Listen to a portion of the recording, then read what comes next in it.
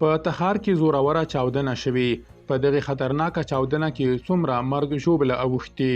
د اسلامي امارت چارواکي څه وایي؟ درنو لیدونکو ستړي مشئ.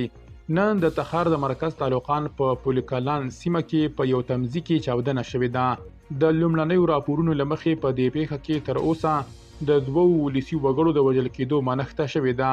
چارواکو ویلي چې چاودیدونکي توکي په یو سایکل کې ځای پر ځای شوي وو، خو د پیښې مسؤلیت تر اوسه هیڅ کومې ډلې نه دی منلی او د اسلامي امارت چارواکو هم په دې اړه څه نه دي ویلي.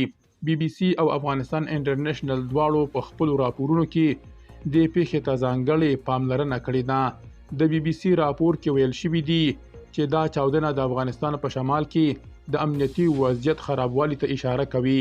راپور ډیروي چې په وروستیو میاشتو کې په شمالي ولایتونو کې د دې ډول پیښو ډیروالی د سیمې لپاره یوه جدي اندېښنه ده. افغانستان انټرنیشنل هم په خپل راپور کې ټینګار کړی چې دا ډول پیښې د ولسي وګړو ژوند ته جدي ګواښ پیښوي او سیمه ایز چارواکي باید د امنیت د ټینګښت لپاره ژر تر ژره ګامونه پورته کړي.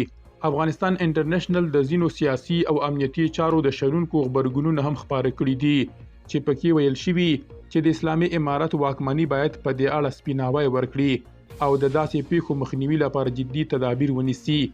د ټولنیزو رسنیو کارنو هم په دې پیښه توند غبرګونونه څرګند کړي چې پکې له اسلامي امارت څخه غوښتنه شوې چې د ولسي وګړو امنیت ډاډمن کړي او د دې ډول پیښو د مخنیوي لپاره کوټلي ګامونه پورته کړي.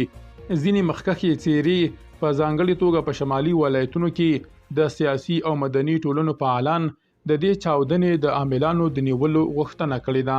درنو لیدونکو له ملتیا مو مننه.